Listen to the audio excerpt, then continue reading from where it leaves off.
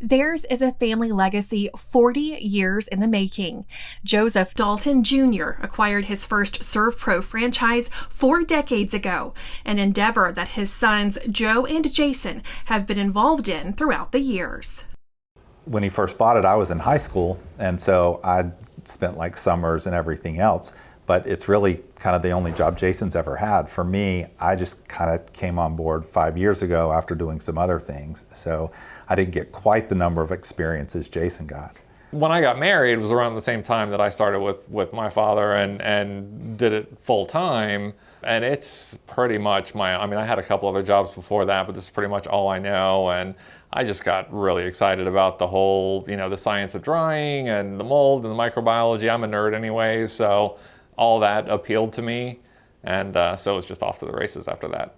We started, the office was in the house. It was literally, my dad built a room in our garage, and that was the office. And at the time, Rick Bradshaw, who was working for us, would show up at the house, and we had one van, and I was just kind of watching him, put the equipment on the truck and head out, wondering what in the world they were doing, where they were going. And I'd listen to all the war stories when Dad would come back or Rick would come back. And it was just something that, to me, it seemed bigger than life. It was really cool. And I had never, heard of anything. I'd always been enamored by trucks and things like that and equipment, but seeing it in person and seeing it function was kind of cool. And then being able to, down the road, do that myself was, I wouldn't say it's like dream come true stuff, but it's pretty close. It's the memories of their childhood experiences with SERVPRO that shape their passion for it now. So for me, it was kind of my high school job, and the thing I remember the most is like the middle of the night, 2 o'clock in the morning, water damages, and Dad waking me up, and I'm a high school kid, and it's cold or whatever. And the first van that we had, which isn't even in the picture with this one, it didn't have a passenger seat way back then. So I sat in a lawn chair. Tells you how far back we're going here. I always joke about the reason I like coffee just black now is because riding in that seat when it was cold and we'd go through the McDonald's drive-through, there was no way I was going to try and mix cream and sugar in the thing because I'd spill it everywhere. So I just drank it black. And so that's how I do it still today. My first job and my friend Matt's first job was hanging brochures. Dad would drive us to neighborhoods and we would hang brochures for carpet cleaning on doors. And I can't even remember what he paid us. I'm sure it was a fortune back then to us, but a cool thing to be able to do for my father, that went hand in hand with the business and gave me a little pocket change to go to the arcade or whatever we were doing back then. It was amazing. To have that kind of responsibility at 13, 14 years old, it was really neat, and to just have that opportunity. That opportunity has come with its share of lessons. Learning to work together as siblings has been a bit of a balancing act. It's not perfect. It's not easy. Growing up, I emulated my brother. He was one of my heroes. I looked up to my brother just like I did my father. And so, and he was in a couple different industries before he came to SERVPRO. But when I had the opportunity to work with him, I was excited and a little trepidatious about it because I didn't know how it was going to work out. And we have very different personalities, which I think maybe started off as a little bit of a stumbling block, but turned into probably our biggest asset and complement because we use each other's strong suits and skills to our advantage. And I think we work so well together, and our relationship is much stronger than it was, when we first started. We've had to learn to grow and learn to work around the differences. Jason is truly the operations mind, and I'm much more the sales and marketing mind. And even if you're not siblings, those two things make it difficult to work within. So I think that made it also difficult for us. And we certainly clashed early on.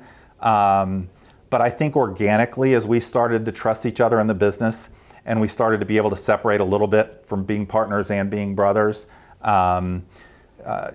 we love each other all the time. We might not like each other all the time, but that's okay. If you have a good line of communication, it really is okay. But just sort of organically, especially over the last 3 years, literally we're as close now as we've ever been in our entire lives. And that's because we just figured out how to trust each other and work together. And it's been fantastic. Jason shares that communication has proven to be the most challenging and yet the most important aspect of making the relationship work. I can tell you early on, we resolved it by slamming doors and shouting, and it just, we were taking it too personal and we were getting upset. When we really kind of sat down and talked it out and just got everything out in the open, and that was essentially one meeting really where we just sat down and got everything out in the open. And it's the biggest thing is just don't take it personal. Just look at it from the business's standpoint, and we're both in it for the same goal. I mean, with me, I am absolutely operations minded. I want to just go out there and help people and get it done. Unfortunately, the way I think, we would have no money because he is, he is the sales mind and the business mind, and I appreciate that so much because he's so good at it. But yes, to resolve the differences, we've found ways to compromise and to negotiate. We don't always agree, and we know that we're not always going to agree. They recommend bringing in a third party to walk with you through conflict resolution.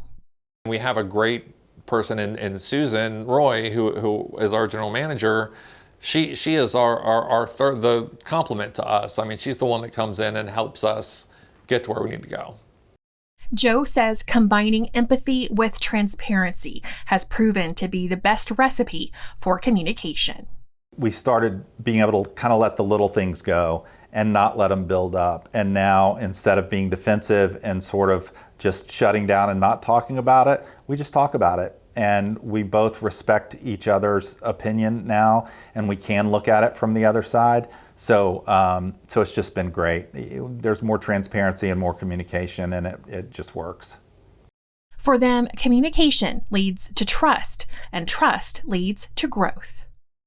We can now operate strategically within our franchises. Instead of us getting caught in the weeds, I can completely trust him in his area, and he can completely trust me in mine. And we know that the hiring we've done, the management team we've put in place, can really handle the day-to-day stuff. And that enables us to trust each other to really make some bigger decisions and some bigger moves that we know is what it's going to take to actually continue to move us forward with the growth plans that we really see are in front of us. I'm the comfort zone guy. I'm good in my comfort zone. I'm not much of a risk taker. I like to just work on what we've got and kind of perfect what we have. Joe is so good about assessing risk and knowing where we need to go and taking those chances. And I trust him 100% in that, because I don't even know how to approach something like that. So we talk those things over and we take that leap together. But that's where, for me, that is who I look to kind of spell it out for me and let me understand what we're doing and where we're going. And then I am on board 100%. But that part's really exciting, because without him, I don't think we'd be moving quite as fast as we're moving. And that's awesome. Joe and Jason also advise that not every conversation or interaction needs to be about work. I think it's okay too to not let every time you're together be about business. Learn how to separate that. Learn how to still be siblings with each other. It wasn't always like that, and it was him, because I was talking about business every time we'd see each other, and it was Jason saying, yeah, we're not talking about that today. And for a while early on, I would get mad about it, but then I recognized the value in it. I mean, really, he was saying, this is how we're going to maintain our relationship, and this is going to work. Otherwise, I might punch you in the throat. And so for us, it did happen organically, and that's what's made it work. They say that finding that balance has been key for both the business's success and their own personal rewards. It was not easy early because there was a lot of restructuring that Jason and I did together, kind of. But now, like Jason, I mean, it's exciting. I love coming to work. I love building our team of people. Our business is so unique. I mean, literally, we try and create a culture in our franchises that every morning our teams are leaving to go make somebody's life better. And if we can buy into that every day, we're going to be successful. We just are. A brotherhood of service and a catalyst for taking this family's SERVPRO legacy into the next generation.